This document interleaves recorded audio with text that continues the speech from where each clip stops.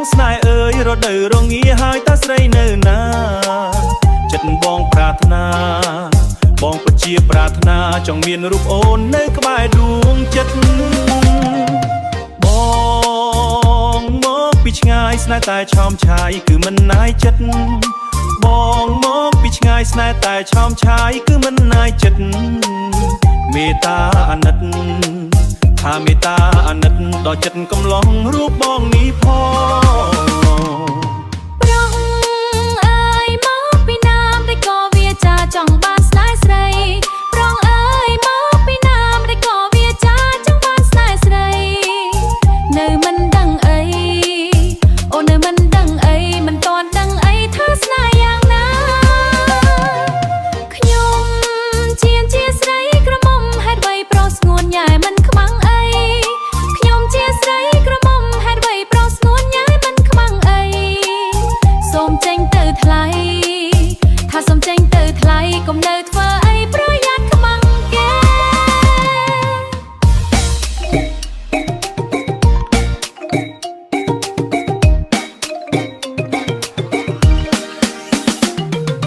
ប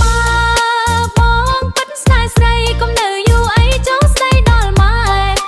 បងពិតស្នេហ៍ស្រីកុំនៅយូរអីចូលស្ដីដល់ម៉ែកុំនៅឈរញ៉ែ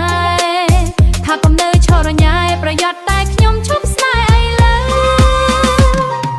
ពិតណាស់បងស្នេហ៍ស្រីសូមកុំខឹងចាំប្រាប់ម៉ែ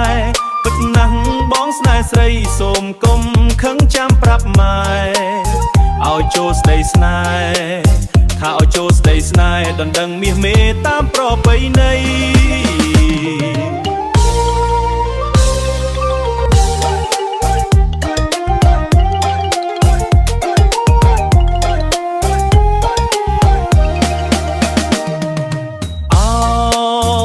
ម្ចាំងស្នេហ៍អើយរដូវរងាហើយតើស្រីនៅណា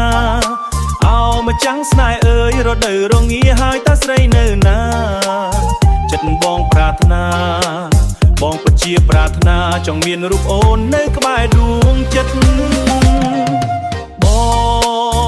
ងមកពីឆ្ងាយស្នេហ៍តែឆោមឆាយគឺមិនណាយចិត្តបងមកពីឆ្ងាយស្នេហ៍តែឆោមឆាយគឺមិនណាយចិត្តមេត្តាអាណិតថាមេត្តាអាណិតដល់ចិត្តកំឡុងរូបបងនេះផងប្រុសអើយមកពីណាមតែក៏វាចាចង់បានស្នេហ៍ស្រីប្រុសអើយមកពីណាមតែក៏វាចាចង់បានស្នេហ៍ស្រីនៅមិនដឹងអីអូននៅមិនដឹងអីមិនទាន់ដឹងអីថាស្នេហ៍យ៉ាងណាខ្ញុំជាស្រីក្រមុំហេតុអ្វីប្រុសស្ងួនញ៉ែមិនខ្មាំងអីខ្ញុំជាស្រីក្រមុំហេតុអ្វីប្រុសស្ងួនញ៉ែមិនខ្មាំងអីសូមចេញទៅថ្លៃថាសូមចេញទៅថ្លៃកុំនៅធ្វើអីប្រយ័ត្នខ្មាំងគេ